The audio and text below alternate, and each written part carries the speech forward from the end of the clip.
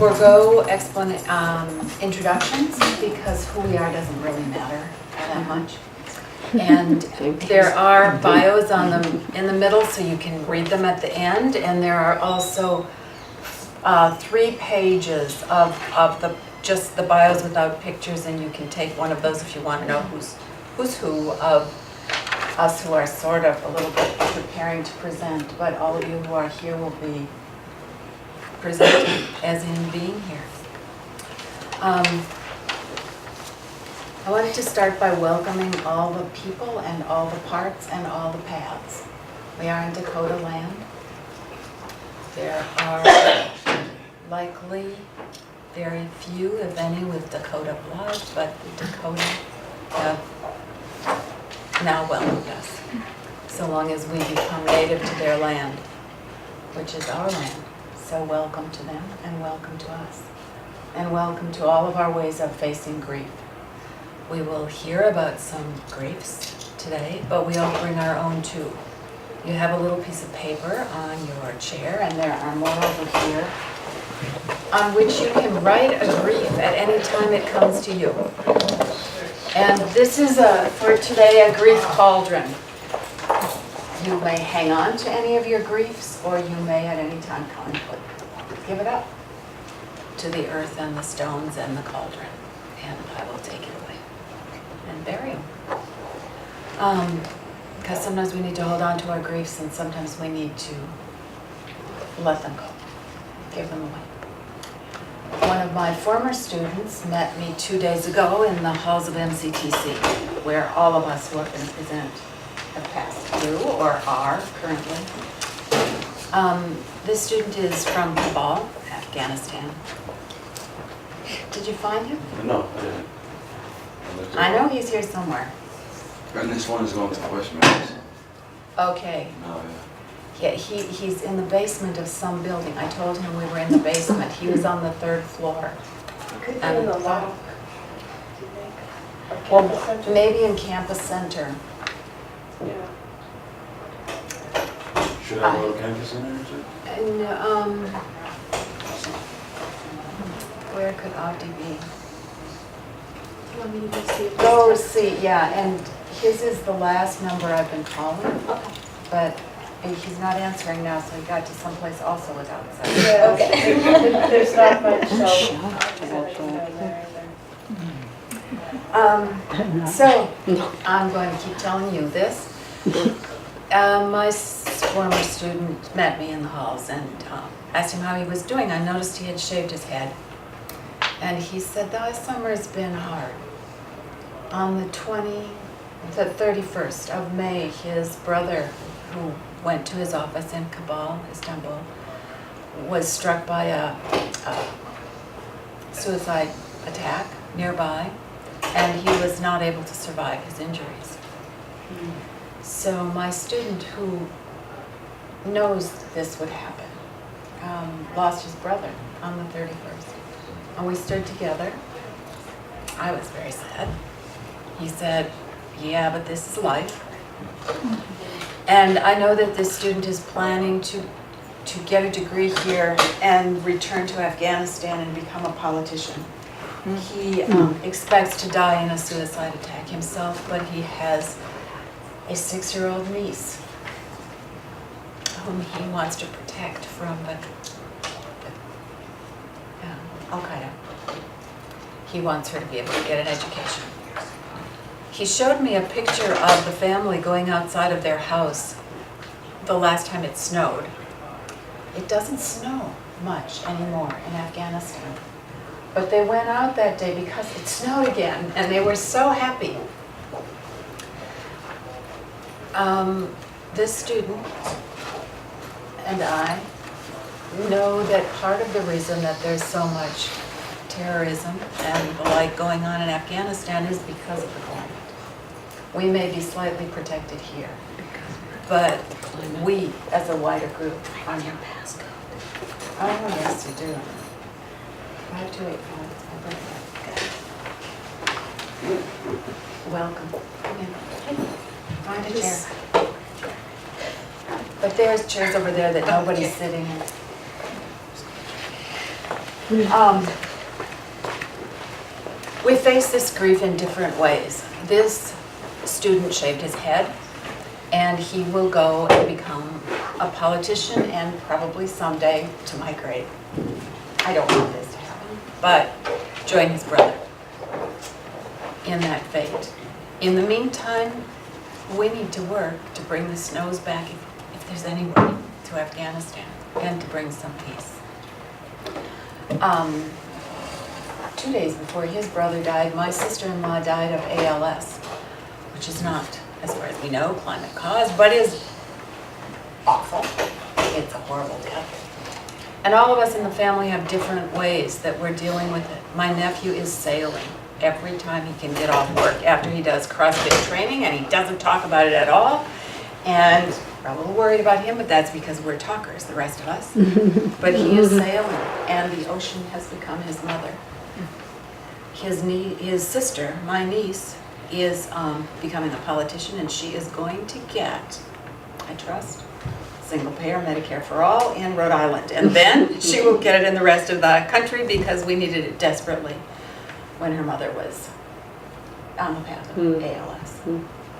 My brother is returning to his work for protecting water and trying to get his body back after that.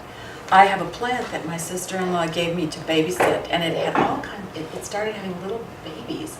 So I'm growing the babies and giving them away to people who loved her. We have different ways of dealing with our grief. Around the edges of the room, I've put a number of paths.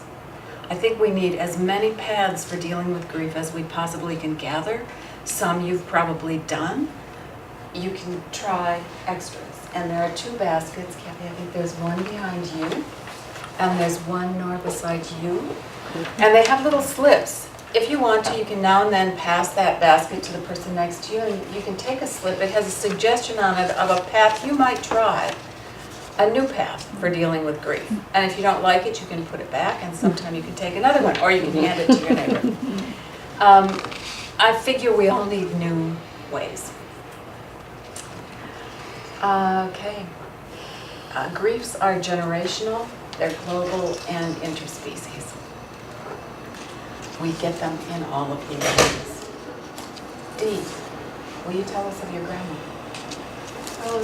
Hi, my name is Dee. I'm from Ethiopia. I was born in the capital city of Ethiopia, Addis Ababa. And then I moved to the countryside of Ethiopia to live with my grandma. I was very young. So my grandma was in her late 80s then, and she was the smartest woman I have ever known. She never went to school. She never learned how to read or write. And but she knows a lot of stuff. She knows about the climate change. Everything the things that she used to tell me now I'm learning in college.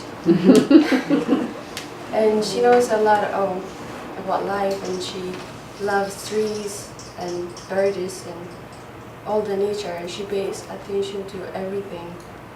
And she was very sad because things are not like it used to be when she grew up. And she said when she grew up it used to rain a lot and the winter was a lot longer, and they never had a problem for food. And the interesting story was she told me that there was a 2 lake that was close to the village that she grew up in. She grew up swimming in that lake, and I'm like, nobody in my age knows how to swim because there's no water. And I'm like, Grandma knows how to swim? And so I asked her what the lake was, and she showed me, and there's not even a sign of lake. You can just see downhill, and it's just dry, there's nothing. And she was very sad, and she worried about us, she worried about the future, our future. And she's like, I wonder if you guys live as long as I live. And so people from the village, it's like a woman's job to get water, so they travel far away from the village to get water. And it was so unsafe for the young women or any woman. There's miscarriage happened and they died. They died on the way back when they carried the heavy water. And there's rape and kidnap, all the horrible things happen. And she saw that, she was seeing that, so she was really depressed and very sad, and I don't think she handled that grief very well.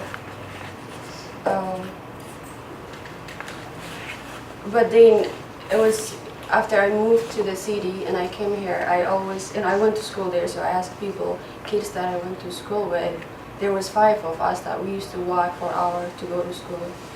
5 ladies or girls, young girls. And 3 of us, one is my sister, so 3 of us were able to move to the city because we have family, but the 2 of them were there, they left there, so they had to get married. And so my uncle still lives there, so when he comes to the city, because there's no telephone there, so when he comes to the city, we call him to say hi. So I called him and I asked about those 2 girls, how are they doing? And he said, they died a long time ago, both of them. And I'm like, what? Yeah, they got married, they didn't even go to high school. They got married and one died, the same story, when she got the water. And the other one just died when she gave birth, and they were trying to take her to the hospital, but they couldn't make it because it's so far.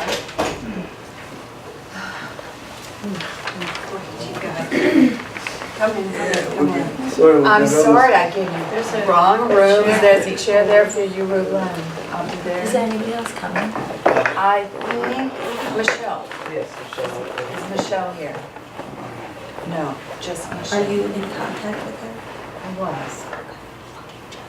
Okay, thank you. Dee? But So they I both think died? that's, yeah. I heard in different times, but yeah, that's what happened. And they're My your grandma age? died sad, very sad. She was always sad, and that's all I remember. But Dee's grandma taught her so that when Dee was in my ecofeminism class, I remember the day that you said, that's what my grandma said. My grandma knew that. We said one sentence about how she knew how it was caused. Oh yeah, she hated technology. Where we lived in the countryside, there's no technology, like no running water, no telephone, no nothing. But her kids live in the capital city in Addis Ababa, so she used to come and visit them. And she hated the city life. She hated the car. She didn't think it was healthy for people to live close to each other. And she always blamed the car and all technology. And I'm like, Grandma, you don't make any sense. But now I know she make a lot of sense, so yeah. Thank you, Dee. When people have to travel and move because of the damages that happen, things get more tight and more intense. I wonder if you will talk about that. You might talk about what you want to, but... Okay.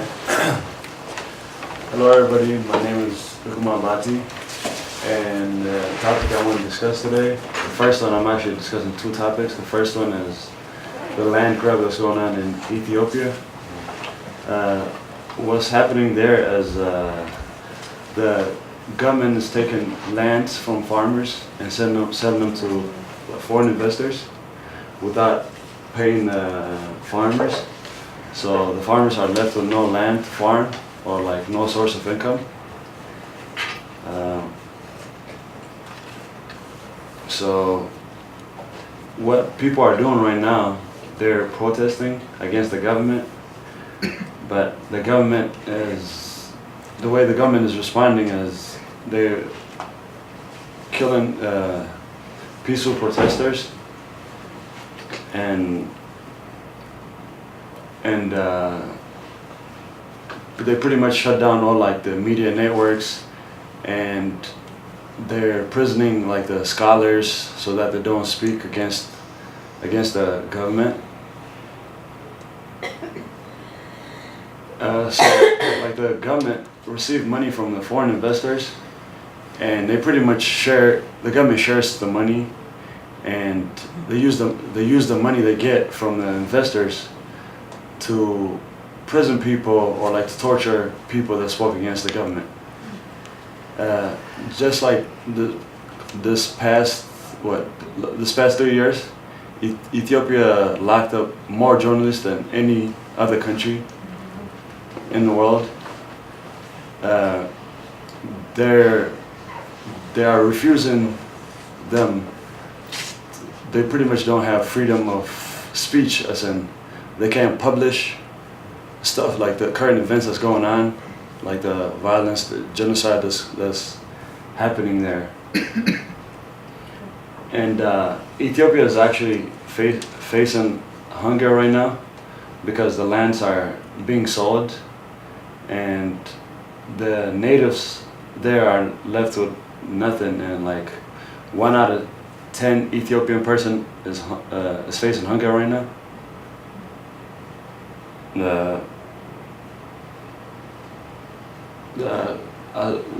If we talk about like the people that died during the protest, 800 people died, and 11,000 people are in jail. And the people that went to jail, they don't have like a charge or anything. They're just locked up, and like other countries intervened, or like United Nations intervened and stuff, and the government pretty much refused. They refused the United Nations to do an investigation, and they said we'll do our own independent investigation. They pretty much hiding. They don't want the world to see what's going on. And, yeah. Tell us how you know. How I know is I'm from Ethiopia, and my family actually, like, I have some people that's in jail. I said like one of my uncles was arrested. He was a professor at a university. He was arrested. He went to prison, and he was kidnapped from prison, and we don't know where he's at till this day. Yeah. So yeah, and other people like so people are protesting outside the country and inside the country, and there was an athlete, Ethiopian marathon runner. He won a race. He became a second place in a Rio Olympics that happened like what, 2016. So what he did was after walking the finish line, he crossed his arm like this. It's a sign. It's a sign of. It's a peaceful protest to bring attention on what's going on, and like the Ethiopia TV stations was broadcasting the marathon. When he was doing that, they took it off air, and the marathon runner had kids back home, kids as young as like 4 and 6 year olds. So like he pretty much put their life in danger to protest and bring attention to what's going on there. Chuguma has a PowerPoint that he would email to anybody who asks or leaves their email address, right? Yeah, yes. I'll leave my email address on my bio. Yes. So you could ask for that. Will you say something about, are you willing to say anything about you here and the police? Oh yeah. My other interest is basically human rights. So lately, what's happening is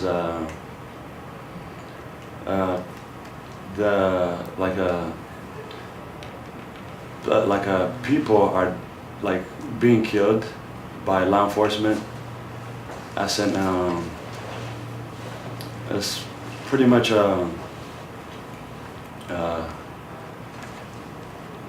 like innocent people are dying. I said, and we're not holding the people that's responsible accountable.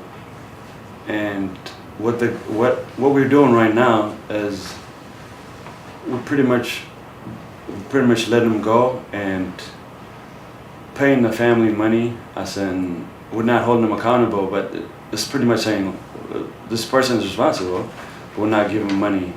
And my experience with that was I was a student at Mankato, and the police were called because of noise complaint, and I was actually in my girlfriend's apartment, and when the police arrived, they got me out of the apartment and blocked the apartment where my girlfriend was, and they pretty much used force that they didn't need, and they dislocated my shoulder and kicked me against curb, and they said they put a wrong, they pretty much lied and said I kicked my girlfriend's door, but when the apartment was contacted, they said there was no door, there was no damage to the door, and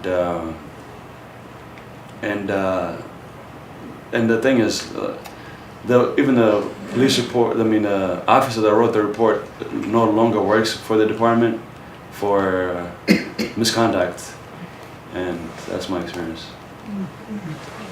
Yeah. Thank you.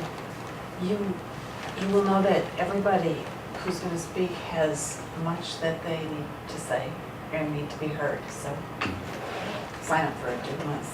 I'll leave my email under my bio if you guys want to discuss about the topic more, or I can send you guys PowerPoint of the PowerPoint I have about my topic. Thank you very much. And one thing about, you saw the film on Thursday Yes, I did. and got very excited about the farming portions Yes. and how to take the farming to Ethiopia. So if anybody has resources to help do permaculture in Ethiopia, please help. Okay. Megan, a different kind of grief. So I wrote everything down because I tend to get a little lost and emotional when I talk at these things that we've done before. But please stop me if anybody... Please try to say it. Don't Say read what? it. Say Really? it. Yes, don't read it. Really? I wrote it all down. It's too much. You don't have that much time. Just say it. It's not too much. I timed it. Say it. Okay. So Ranae asked me to talk a little bit about the grief of not being able to talk with my family about my concerns about environmental injustice and racism and social justice, all of these kinds of things. It started a couple of years ago when, I think probably about 3 or 4 years ago, when I was actually taking some of Renee's classes at MCTC, and basically my family and I are very close, and we've always been able to talk about all of the things, and that's kind of how we grew up, was sitting around my grandma's kitchen counter talking about anything that was troubling us. And when I brought these new troubles to my council, I was met with a kind of distrust and a kind of loathing from my family that I had never experienced before, and that was a real shock and very painful to experience. And it never has really gone away, and that was many years ago. And I think that over the last couple of, with everything happening with the election and everything, it just kind of got to this point where I'm realizing that my family there'll just be entire parts of my life and of who I am that they will never know, because they don't want to be bothered with it, because there's just people that don't have to be bothered with it, I guess. And so it's difficult to try to balance this desire to have a relationship with my family and this desire to also fight for these things that are basically the ideas and foundations that I make all of my choices on. My sister had a baby a couple of years ago, and he changed everything for me, kind of in how I understood what it meant to fight for the future. And it was, I think, the hardest thing for me to see my parents, who love him just as much, vote, for a party that was going to hurt him. And that's what I'm struggling with. It's something I'm working on all the time, figuring out how to use the right words and how to be better at all of it with them. That's all.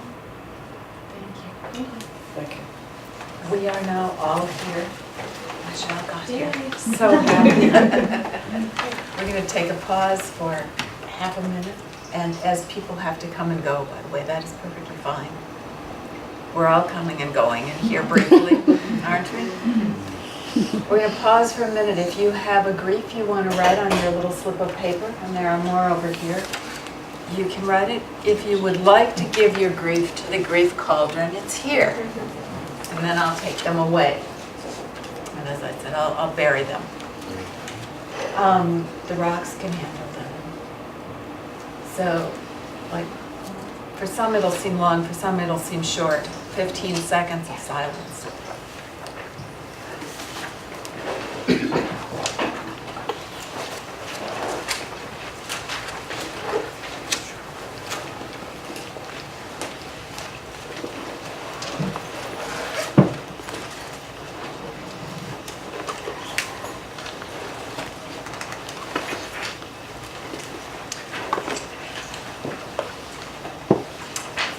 That was 15 seconds. It's almost nothing. But our lives go really fast. You can keep talking as I tell you a little story that I think most of my students know, not those of you who are in my online class. I don't get to tell you guys stories. I've never seen most of them before, my online students who are here. It's really cool.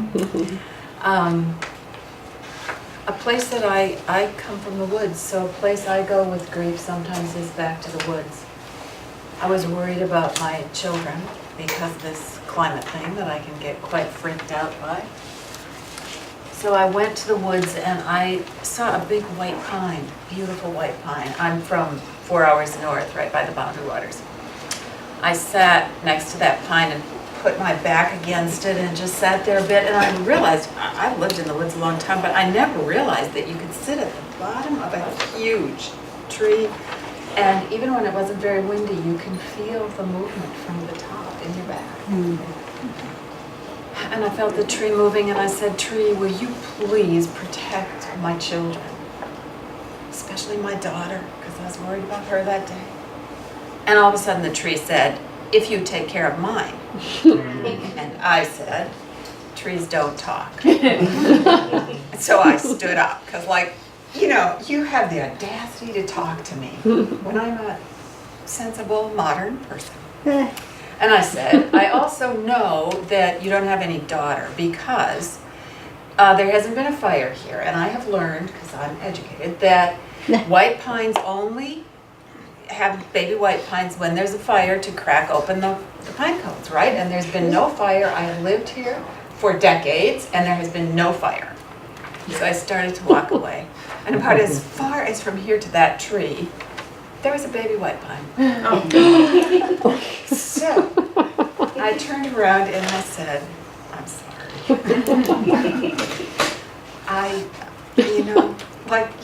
I'm wrong. And I have been taking care of that baby since then. It's quite an adolescent now.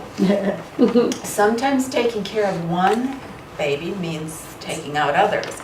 After my dad died, I brought my nephew out to the tree, And we cut down all the little scrub trees that were crowding out the white pine.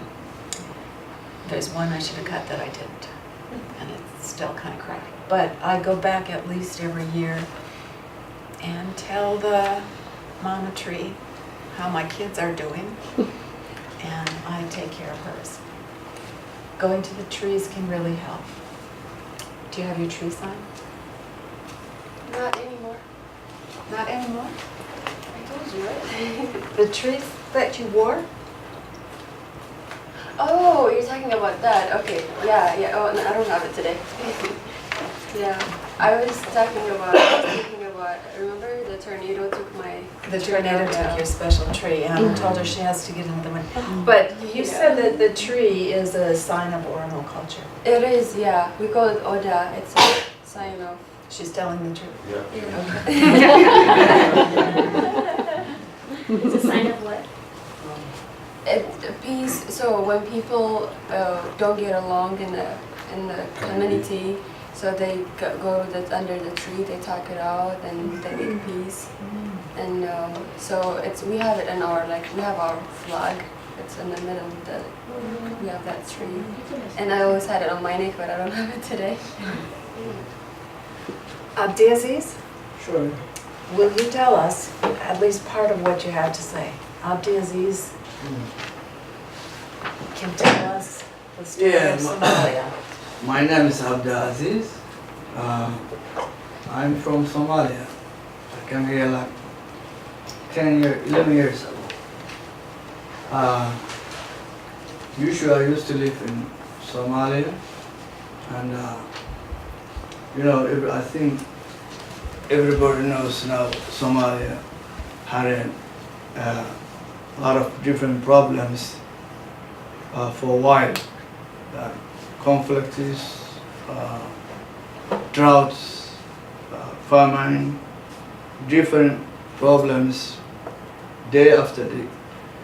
And usually it used to be a good state and life was normal.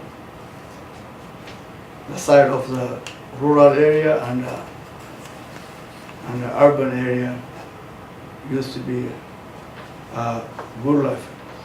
But the only problem they used to face was the lack of rain. Rain become very less and less. Sometimes they miss the seasonal rain, and the water or the water system in Somalia was very low and poor. And after the government of Somalia collapsed, everything became worse and worse. And the state was not that strong and rich that time. It was very small economic, but was producing good that time before the government. Before the government collapsed. Before the government. Why did the Well, government collapse? The government collapsed because of different of interests.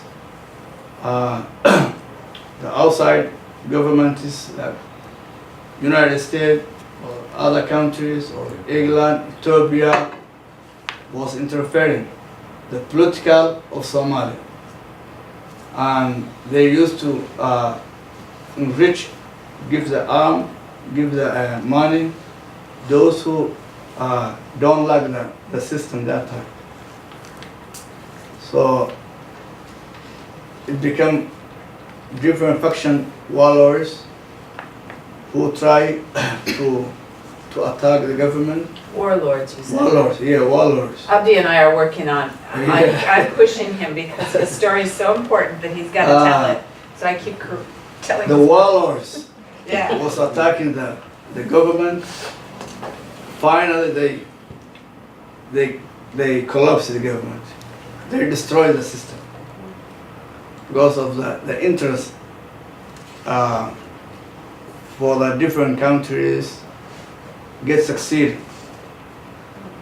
But the result they become Somalia to spread everywhere in the world.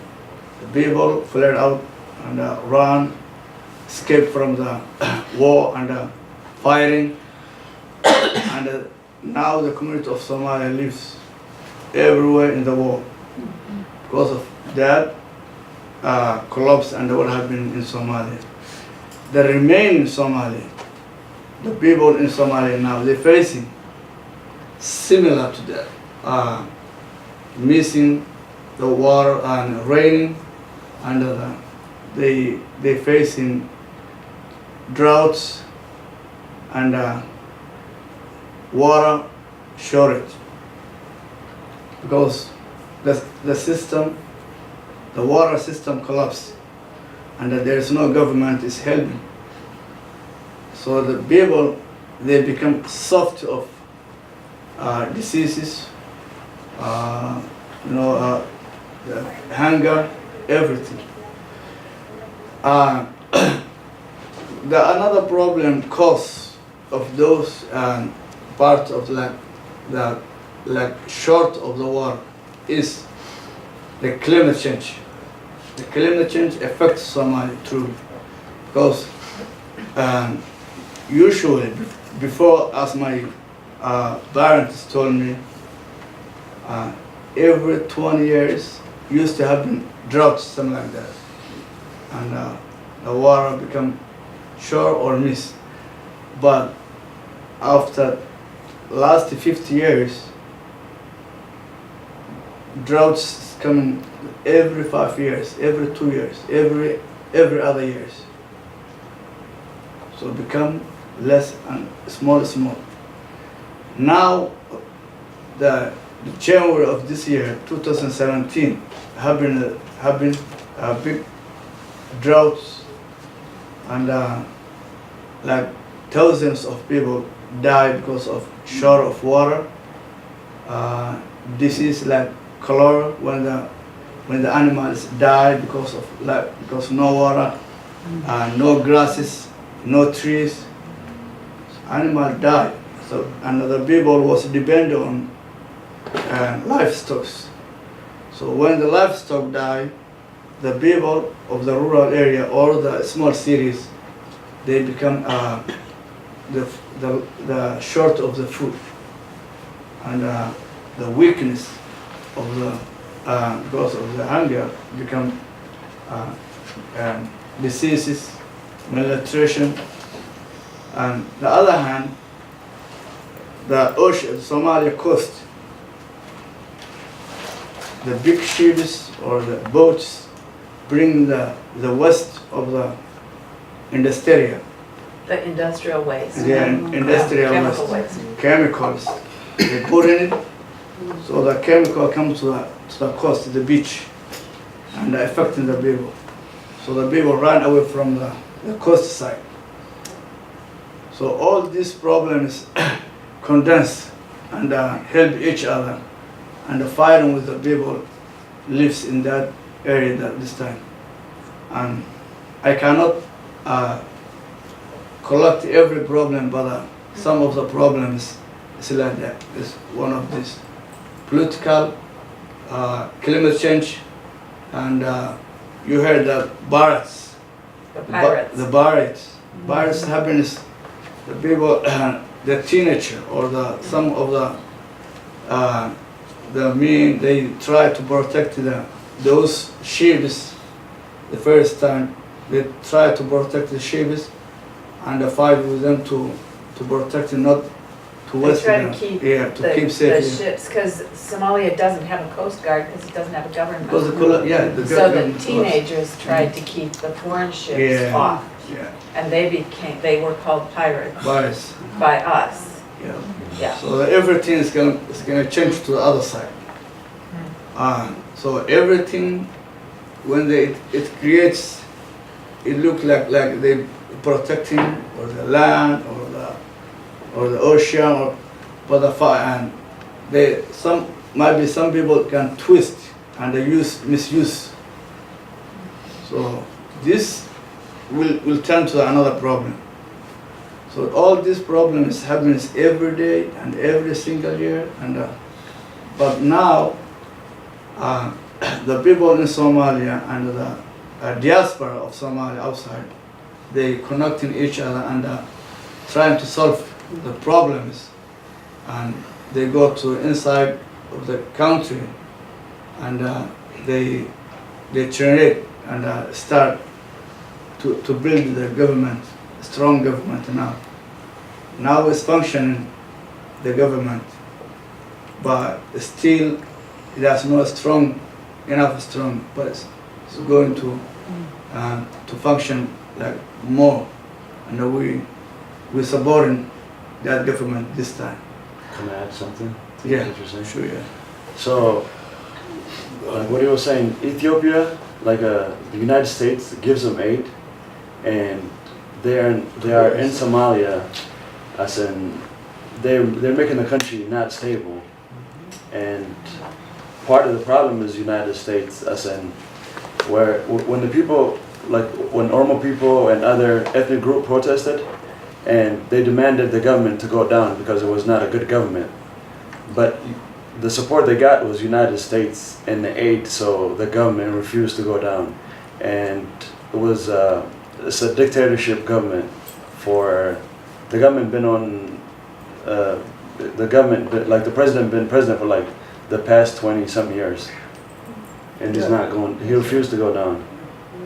But Every, Aziz, every single state of Somalia, there's a part of the troop of Ethiopia now, this time. Because of they're telling that we're keeping the peace, but it's not the peace. People of Somalia they don't like to see the troops of Ethiopia, because they're feeling the war between them all and long time. And they don't expect that the Ethiopian troops are bringing the peace. So two neighbors countries who had a fight issue cannot bring the peace each other. Everybody knows. So they're trying to mislead the world and tell them we're keeping the peace process and we want to help the Somalia. And the Somali communities, they know they don't help the Ethiopian Somali. They don't help the inside Ethiopia like Oromo people and the other ethnics. How can they help the Somali? So all these problems happens. There's some other countries in Somalia, but every country, people know what the country is doing. Is this right or wrong?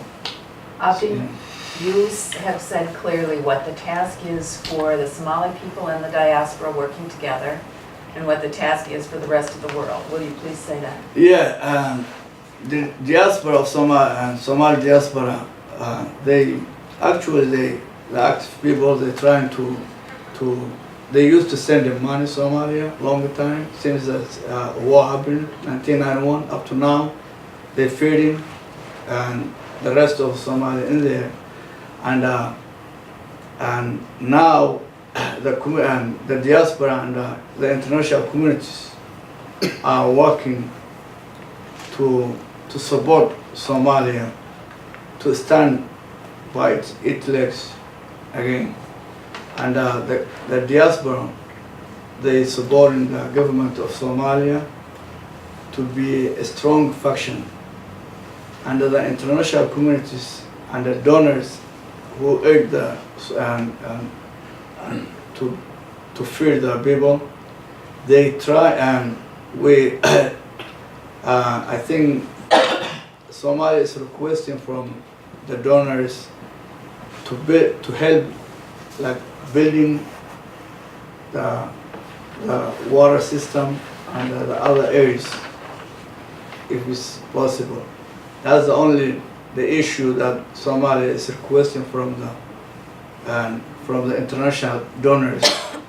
And the diaspora and Somalia, the rest of Somalia are working, to help strong government and build function system. Abdi is becoming a Somali elder. He is an elder, but he's so much younger than me that I have to say he's becoming one. Still I am. Rubla, I think you have a ways before you have to be a Somali elder. Will you speak to us from your perspective? Oh, okay. My name is Roble Aden, and I grew up in Somalia, and I was raised in Somalia. I came here when I was 15 years old. Now I'm like 23. And I have seen the aftermath of the civil war in Somalia, and also I've seen how climate is rapidly changing in Somalia, like how people are cutting trees, deforestation, how is that affecting the people?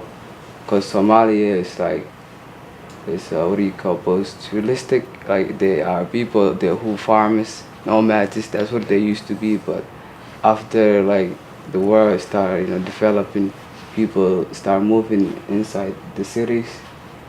But like after the civil war, what happened is people, they were dependent on animals, and they used to live in the outskirts, and people start after the civil war, like people, they couldn't find another ways to eat or feed their families. They turned to what they had, which is cutting trees and selling charcoals and importing those to the Middle East and the other countries that are close to them. And also the livestocks, and people are being like, they are not in a position that to think about global change, and they are not in that they're in a predicament where they have to resort to what they have.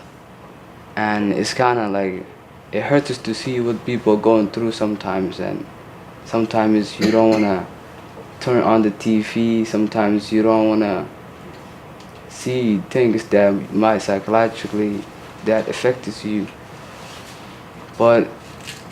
And coming here, it just, it helps that to release whatever I have in my mind. And it's good that people are coming together and they're concerned about the weather and the global change. And it's like, rarely you find people that are, they have one idea and they try to accomplish. And this idea we have over here is very great, I think. It's good because it saves the world. Like, this is our one home. If one side is affected, the other side it will be affected in the future.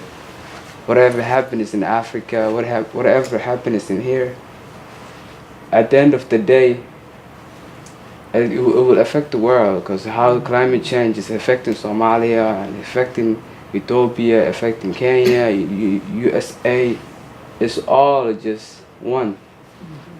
So we don't have to wait for what is not happening here. We have to. It's good to be concerned about what is happening all over the world. And what I want to also add about the emotional grief. And yeah, after the civil war, when Somali people came to the Western world, they experienced a lot of like psychological issues, mental illnesses that are not visible to the society, or this like in here. And people think the way some people act is kind of like it's crazy or it's like a lunatic, but they may not, because they don't know what these people been through. And it's the civil war, and people seeing their family die. They're constantly receiving phone calls back home talking about, oh, this what happened today. There's an explosion.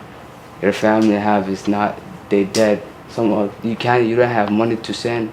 Sometimes you just want to block all those, but you can't do it. It's like, you can, even though you leave your loved ones behind, you can mentally, you just have to, because my mom, every time she wakes up in the middle of the night, people call her back home. This what happened, and she's constantly on the phone, and it's like, oh man, wish I had more money. But you know, it is what it is. It's just crazy. Ruben, your parents gave you something else, which is special to me, and that's your name. Ah, yeah. What did they give you in giving you your name? My name was bringing luck, like rain. Water bringer. Water That's in bring. Oromo too, right? Yes. Oromo? Yeah. Roba. Same Yeah, thing in Oromo. Roba, yeah, right? Yeah. I had an Ethiopian guy, friend, is my theater class. His name was Robel. Yeah. Roba. We have these ancestral griefs and we have these ancestral gifts of what the elders knew and passed on. So one of these paths somewhere is to try to go back and find them, even the ones that aren't here. That's my grandmother's basket behind Kathy. Sometimes I have to bring in the little things that came from the farm. There are two students who were not able to come today, and I'm going to give briefly what they would say. They're two Somali women. Zora asked and asked, but could not get off work. She wanted to talk about how the water and climate crisis is affecting women in Somalia. Some of that is what you already said. The women are responsible for getting the wood and getting the water, and they have to go further and further now. And they experience rape and assault, and they have to leave their children behind. And the conditions for women are getting worse. And there are no civil rights, so women's human rights are not being respected. And she is concerned about her Somali friends who are suffering that.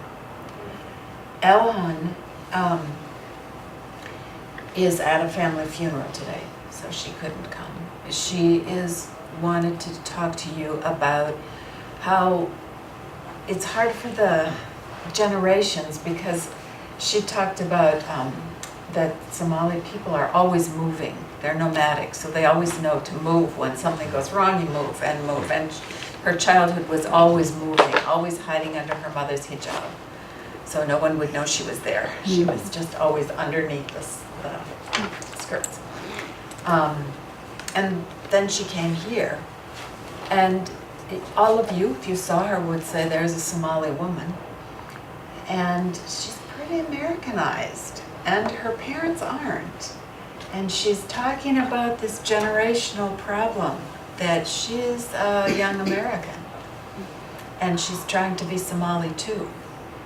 And her parents are Somali, and she and some of the others, we have another person in the class who's a Karen immigrant, talking about how it's the second generation that often suffers the worst mental health problems, because the older ones, Abdi, remember their roots and have a grounding. But that transitional... We're going to talk a little bit about the grief of moving all of this into political and committee action. Because these are personal kind of stories and also really big issues. But there are three of us here. Canton, Kathy, and I all teach at MCTC. And we negotiate these stories every day. They're not always our personal stories, but you know, secondary trauma is trauma too. And we also have been working to turn the institution itself, MCTC, into a, well, shall we say, carbon neutral and like socially responsible, and you know, like we're trying. We've made some progress, so we're on a committee together with this. And Kent, will you speak first about how we have helped each other through very difficult political times? Well, Kathy and Ranae both have a slightly longer history with some of this work at MCTC than I do. They were both involved in getting the school to sign on to what was then a national agreement with eventually came to be over 700 other campuses to develop do an assessment of the carbon footprint of the school. I think McAllister probably went through this. And then eventually develop a climate action plan to reduce that carbon footprint.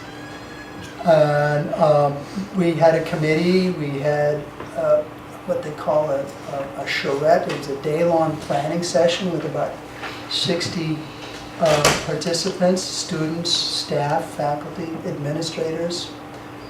Took the entire day off to sit in and go through this planning process. And eventually we created I'm going to say a 70 or 80 page document that is the school's climate action plan. This came out in early 2011. And shortly after that, our school went through some incredible turmoil. A number of our faculty, and I'll say other staff and administrators, were unhappy with the president at the time, who had been in that position for a long time and probably got used to doing things in a certain way, and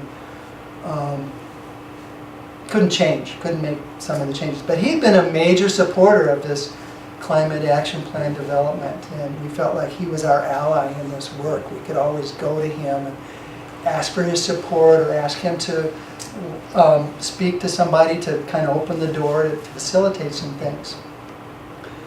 And there we were in the middle of this rift, this political rift, that our faculty association had a very divisive vote, but eventually it came down on the side of what's the term? Vote of no confidence. A vote of no confidence, which is a pretty serious mark against the president at the time. And the union said, the faculty association said, nobody can serve on any of the official committees of the college. Well, our president's climate commitment committee was an official committee at the time, and we said, oh my God, what are we going to do? We can't give up this work.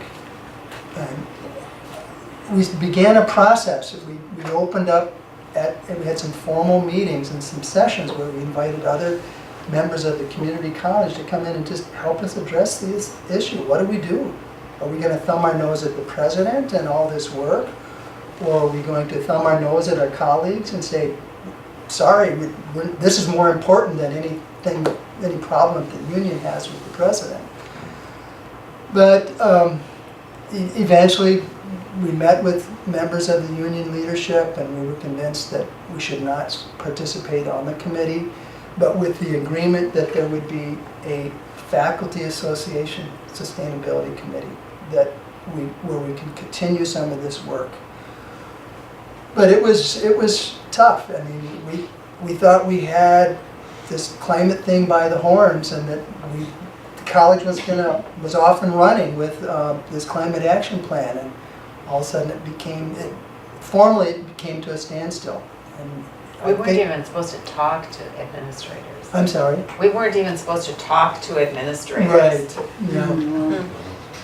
And I can recall a number of times going in and talking about what our sustainability committee was doing, and having people question me on how close we were to working with the administration on some of this stuff. It was a very hostile environment for a good year and a half to 2 years. And I think some of you who were maybe students there at the time recall hearing of some of this stuff. What was important, I think, was the way that we reached out to each other and felt some of that, shared some of that grief, shared some of the grief that we had over climate change, and trying to figure out what can we do on the faculty side of things to continue some of that work. And people stepped up. We had some climate action fairs, climate empowerment fairs, where students would table, and from some of the work you guys are doing here as students participating in this session today, only the tabling occurred in public places at the school.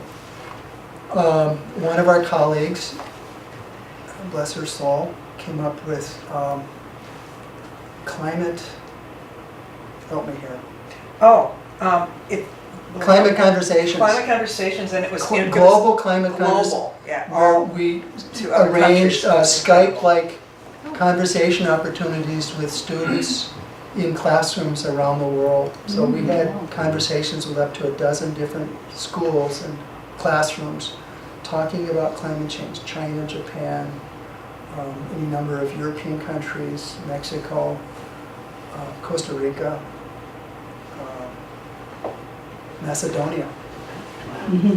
So I think we came away enriched by some of that opportunity that we might not have acted on had we continued just working with the President's Climate Commitment Committee.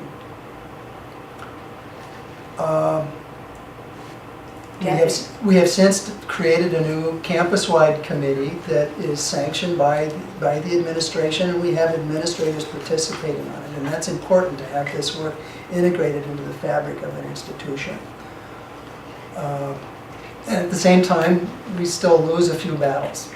We've had a wonderful student food garden on campus that produced thousands of pounds of food, gave it away to students who had a need for it. The school has had to sell the property, put the property up for sale that the garden is on, and so the garden has been dismantled. The upside, I was wondering. just the last few months, just the last couple of weeks, have they actually physically dismantled it.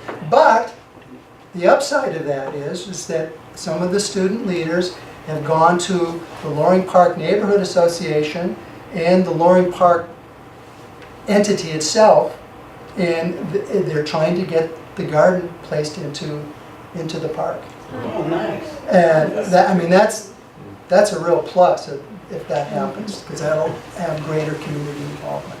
Yeah. So sometimes you feel like you're down, you've been kicked, you lose a battle, but you find other ways to kind of regroup, and what really becomes important is for people to talk to each other and just share both some of the misery and, you know, the good times when they come. Kent said what happened, but the feeling, I want to push it. When we were in that awful period on campus with everybody hating the other sides, it felt like it was like a minefield to walk in when you, if you kind of liked all the people sort of, but you know you weren't supposed to. It was very, very like this current condition in the country.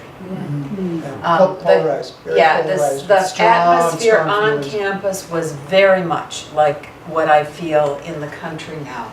And it's really nice on campus now. I just want you to know that. that can happen. And part of it was because we did go underground.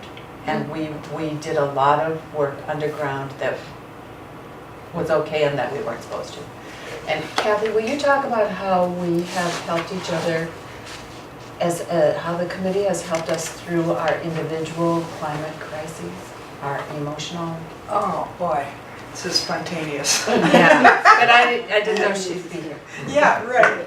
I wasn't sure either. No, I'm delighted to be here, and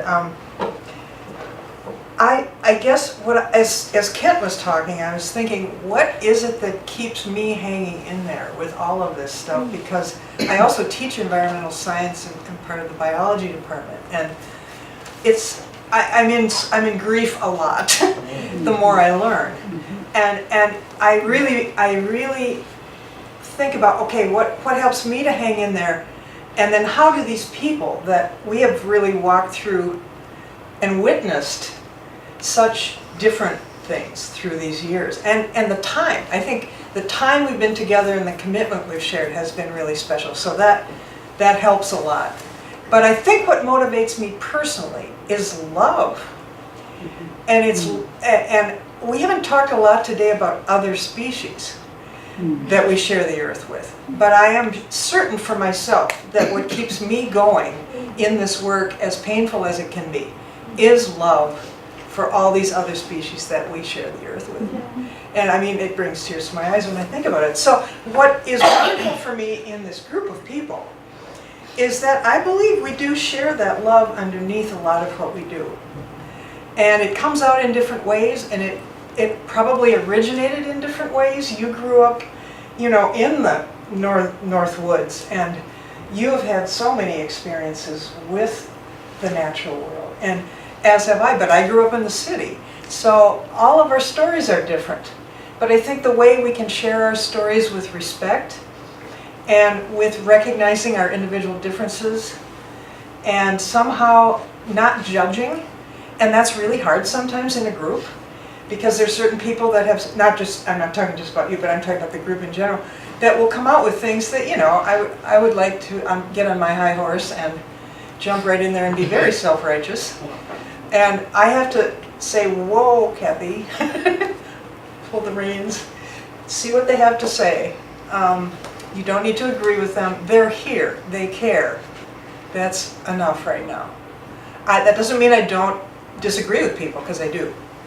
And there's so much to say about this. I kind of wasn't prepared, but I think it's coming right out okay. So, so I'm just happy to see all these people here today, and the stories that you all shared. Oh my gosh. I could go on and on. I want to say one, maybe two more things, and then we're going to go around the circle, and then I think we'll be done. I want to talk about the possibility of getting a grief partner. When the reality of climate change first hit me, or most firmly hit me, quite a long time ago, started in '89, and then it just got worse until about 90-something, when I was in deep despair, and it seemed like none of my friends thought it was real. It was very lonely. And then I met the daughter of one of my good friends. The daughter's name is Ulla Nielsen. Some of you might know her. Ulla is a generation younger than I am, and she had 2 children too, a generation younger than mine, and we were both terrified for our children. And her mother couldn't really deal with it, either when I talked about it or when her daughter talked about it, but we figured out that we could deal with it together. So Ulla and I became grief partners, and we could say things like, I am bad shit terrified for my children. It's okay, what happens to me, but you wipe out my kids, and I can't deal with it. Ulla made a climate quilt that some of you have probably seen. It was taken to the White House. It says 350 on it. And she's now working for Minnesota350.org. And currently she and her children are at Glacier to see the glaciers, which I can't do because I don't want to see them. Because I don't want to see them when they're gone. We have different ways of dealing with our grief, but when it's bad for me, so my friends really should not have to listen to how bad it is, I can call Ulla. And Ulla can call me. And you need, I think, a grief partner for wherever your level is. I don't know, that sounded very prescriptive. It's a suggestion. If you want to find Ulla's in. Is it on the wall? Yeah, it's on the wall, and it's also in here, and I think also, you know, pick a tree companion. That's really important. And start talking to other species. You don't have to do it when other people see you if you're afraid of them thinking you're crazy, but, you know, do it. After a while, my students get used to me being a little crazy. I tell them you really do have to say hello to the Mississippi when you cross her. We would not be here without her. And she's really important. And if you don't even notice, why do you expect her to notice you? So beginning to do those things are helpful, and they build up a well of some kind of I'm here now, and the Mississippi's here now. And so today, she can say hello to me, and I can say hello to her. And that's pretty good. And I can say hello to Abdi. And Rubla had to go to the emergency room because he's dizzy. Oh, God. So we'll all say, he promised me he could drive. Anyway, just throwing out my grief there. But with all of our energies, we sustain one another, I think. And we can all sustain the family of the student I told you about at the beginning from Afghanistan. I've told him that my siblings are thinking of and praying for and working politically for his. And that's one thing we can do. So I was going to have you each take one of those slips of paper and decide if you want to practice that, but that seems a little hokey. So what we're just going to do is go around and say whatever you have to say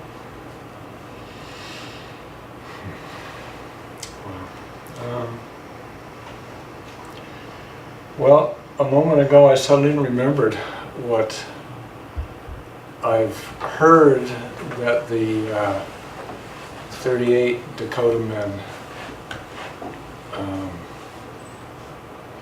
at least attempted to speak out loud when they were on the scaffold in Mankato, day after Christmas in 1862. And supposedly they said, they called out or tried to, "I am here." And there's one other thing I wanted to say, which is that the Native people I know have said that what we have to do who are transplanted here is become Native. It's not okay to say, I'm from someplace else. I am. And that's a place I have to take care of. You have to take care of there, but you're also here. Yeah. And nobody else can take care of here the way you can. So this is the place we have to become native to.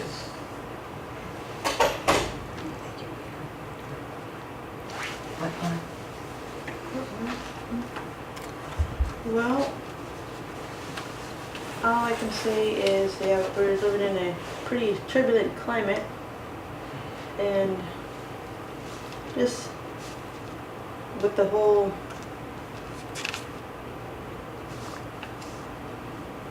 I don't know. I think we just need to probably try to take care of ourselves and just try to keep other people in our thoughts and prayers and just see what we can do, whether research or getting involved somehow in political or just communities. See where that takes us. That's my plan. You will. Thanks, Michelle. The idea of a grief partner had not occurred to me till you said this, but I knew right away who my grief partner is. She's Katie, and I'll call her tonight. So, Renee, when you talked about Glacier National Park, I made this connection, which I'll just share a quick story. One of my dear friend's daughters was walking in Glacier National Park in 1995 on June 21st and was hit in the head by a boulder as the glacier was melting. It was a rock slide, and she was killed instantly. And I never, in that year and at that point, I never connected it with climate change. And I've been now, since 2007, I've been working full-time, basically, with the environmental work. And I'd never put that together. And that I identified with you about not wanting to go there, because I've never been there. Sitting in this group has just been excruciating in some ways, and just the stories that I know but I don't want to know, and the first part of the afternoon just made me so angry I could barely sit in my seat. And having talked to a couple of people sort of soothed me a little bit, but I just feel it's so overwhelming. So thank you.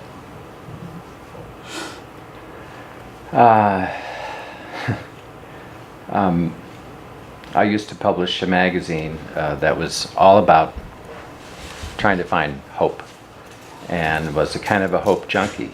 And then,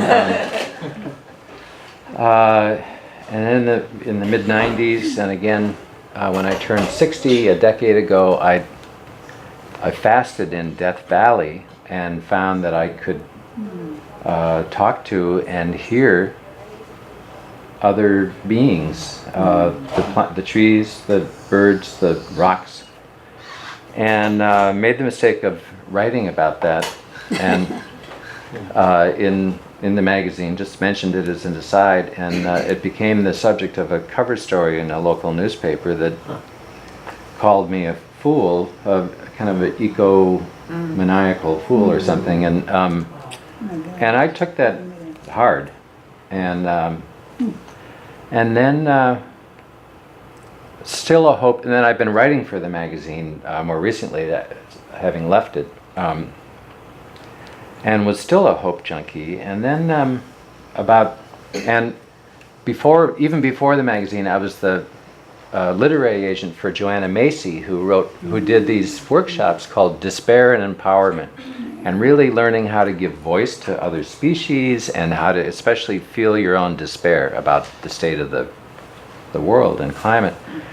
And I always thought it was a good idea, but I could never really feel that. And in the last 4 or 5 years, I've been feeling it. I felt really hopeless about climate change. And then I had a granddaughter. I've had occasion to be around young people who are learning how to plant and how to cook and how to build and how to heal with their hands. And I've been having these feelings that I associate with hope. And I realized that it's what you said. It's love. And I feel this fierce protectiveness and love. So I'm going with love.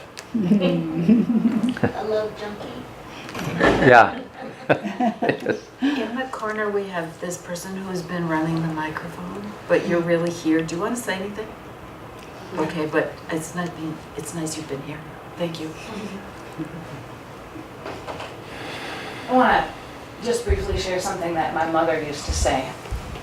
She hasn't been around since 2008, but she was my idol and was an early recycling crusader back in the 80s and a horticulturist as an adult when she was 45, when she got her degree from the U of M. And my whole family, unlike yours, Meg, is very liberal and progressive and forward-thinking, and we're all social justice soldiers. It's a term in my family that we use, that we're proud of.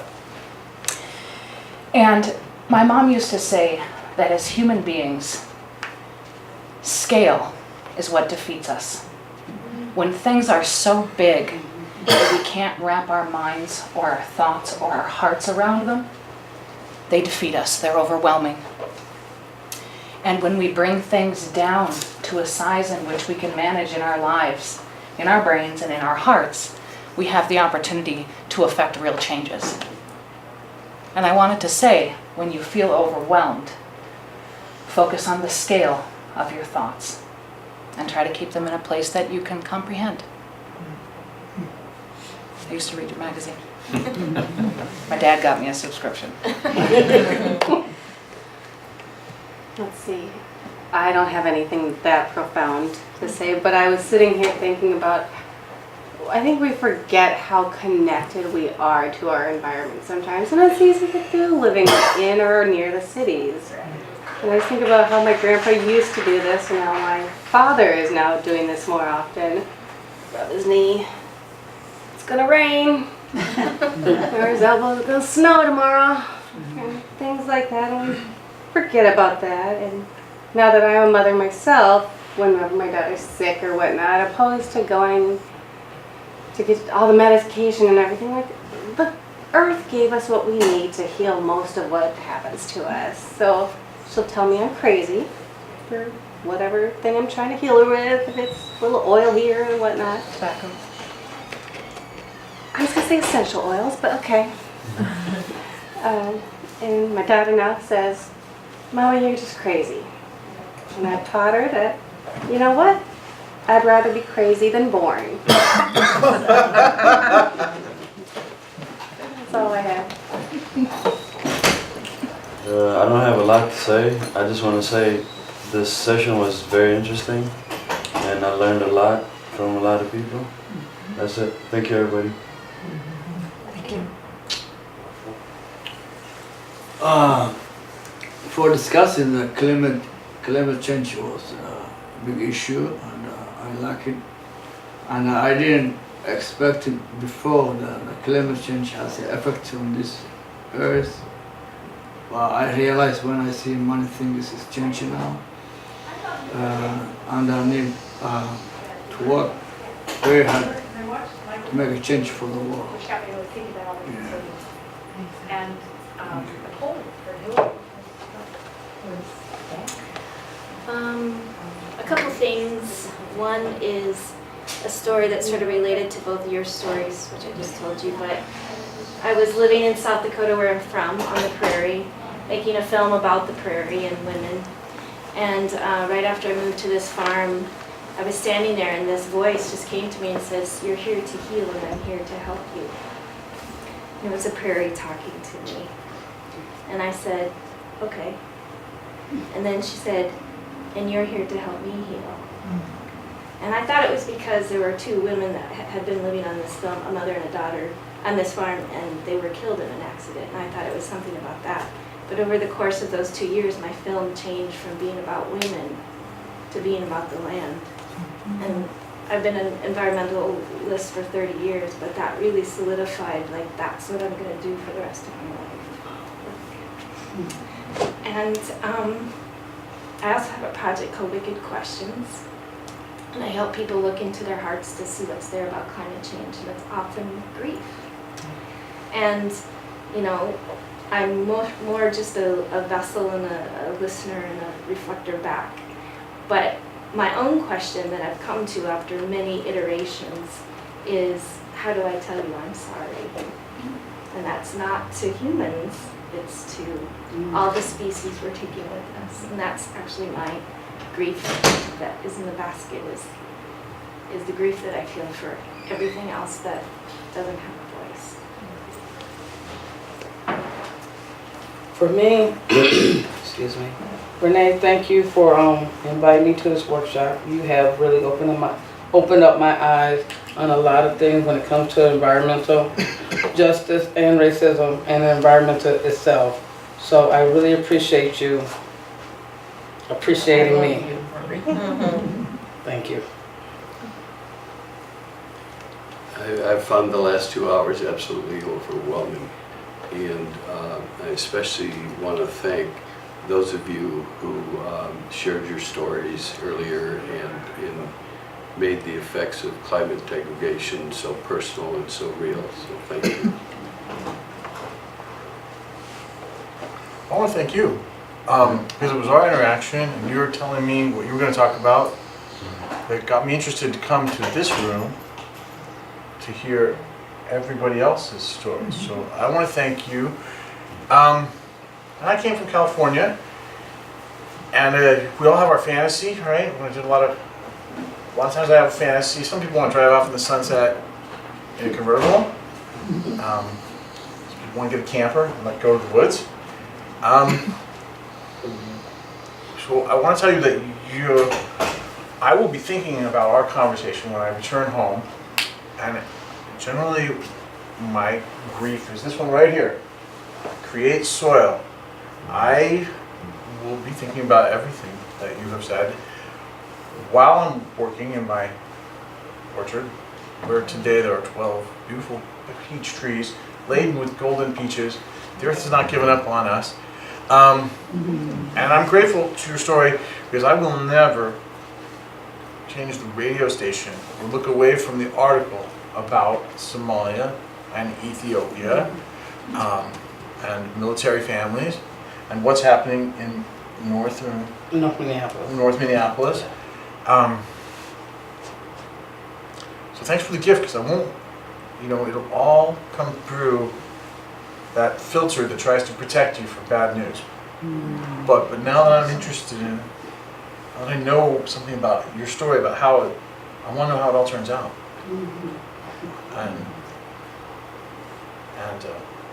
And you are all invited to come and join me for peaches this year, next year. Business card. And we can celebrate more despair as the peach tells us. There you go. Thank you. You're invited. So I do a lot of tabling out in the community, talking about transition, and one of the things that is an opportunity to, when you're out there, talk, just being present. People will come up and want to talk about this because they don't have anyone else to talk to. And a couple of people have made a big impression on me. One was a farmer who said that you can't, farmers don't talk, they don't believe in climate change. They're the most affected by it, and they won't talk about it, and you can't, he felt completely silenced in his community, and he started crying because I was present and would listen to him. And I feel like this exercise of listening to each other, and it's such a gift, and if we can all go out into the community and be open to people talking, that there is so much emotion and grief out there unexpressed, and there are so many people who want an opportunity to talk. I hope that we all take the gift that we have had here, being here together, and can do this again in other places.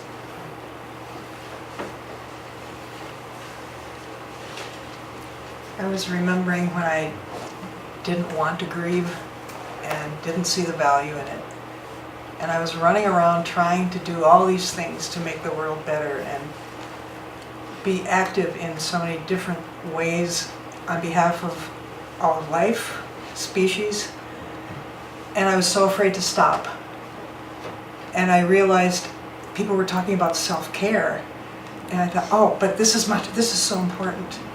And once I stopped, I realized I was avoiding my grief. And so I learned how to stop. And I mean, you never learn it for good. It's been in stages, but the power of grief is so important and so healing, and I was reminded about that today. So now I take better care of myself, and I realize I can't do it all, but I grieve about what I can't do, and I grieve about even what I can do, because it will never be enough.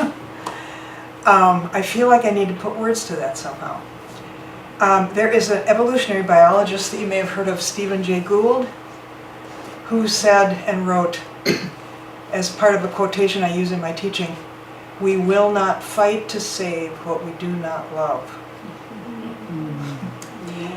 We will not fight to save what we do not love. So love is part of it for me. And I would also like to offer to anyone who would come to see me right after we're done here, I assign an article called The Ecology of Grief in my environmental science classes. And it was published in a scientific journal, believe it or not, in the 1990s by a woman who's both a biologist and a hospital chaplain. And it's 4 pages long. I've got an e-copy I can send you. If you give me your legible email, make sure I can read it. I will send it to you. It puts words to things that my students say, wow, I didn't know that this is what I was feeling. I've heard that in many different ways in my classes. So if anybody would like a copy of that, I do need to get out of here pretty quickly, but come see me right afterwards. You can write your name, your email down, and I'll send it to you. I just want to reiterate what some prior speakers have said about the gifts that were offered here today, the stories that people had to tell, their personal stories. I feel blessed to be part of that, being able to hear those stories and be enriched with the understanding that they bring. Thank you all. What was the question? Just if we are over time, I realize, but if the last people could say what really must be said, if there's anything that must be said for you, we will hear it. Well, I think I already said everything, and I'm glad to be here and to hear other people's story too. And how we deal with the grief, I don't think I still learn it. And as I said in the beginning, I lost my grandma. She was 95, so everybody was like, "Oh, that's it. You know? She lived long. That's enough." But it wasn't enough for me, and that was painful. And after that, a lot of people died in my life too. You know, living in Ethiopia, people died almost every day from different things, and I still didn't learn how to grieve. I just cried it out, and that's how I deal with it. So, yeah. Yeah, I think what Dee is saying, just like having this kind of people to talk to about things. I think that I'm very grateful to be here and to hear everything that everybody's saying, and it just means a lot to know that everybody else is feeling things too. Well, my hope disregards scale. My hope is that we can overcome militarism, corporatism, and overpopulation. And then I think that will help all the other things we're concerned about. Thank you everybody for sharing. It's great to hear different perspectives. I'm really grateful for the wisdom in this room. When I arrived, I chose to miss this talk because I immediately felt that I was not emotionally ready for it today, which I very much regret now, but making it back on time, just out of curiosity, I couldn't help myself to hear this round of thoughts and hope and trust has been precious, and I want to say thank you to everyone.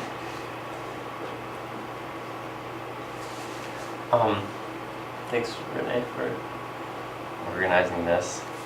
I want to be a teacher myself when I'm finally get grown up, and But you are already. well, yeah, actually, that's true. Scarily enough, you don't need a lot of qualifications to teach, but I'd like to be more like the kind of teachers that are in this room. And it's really awesome to get a reminder that when you're struggling with self-care, remember that includes caring for each other.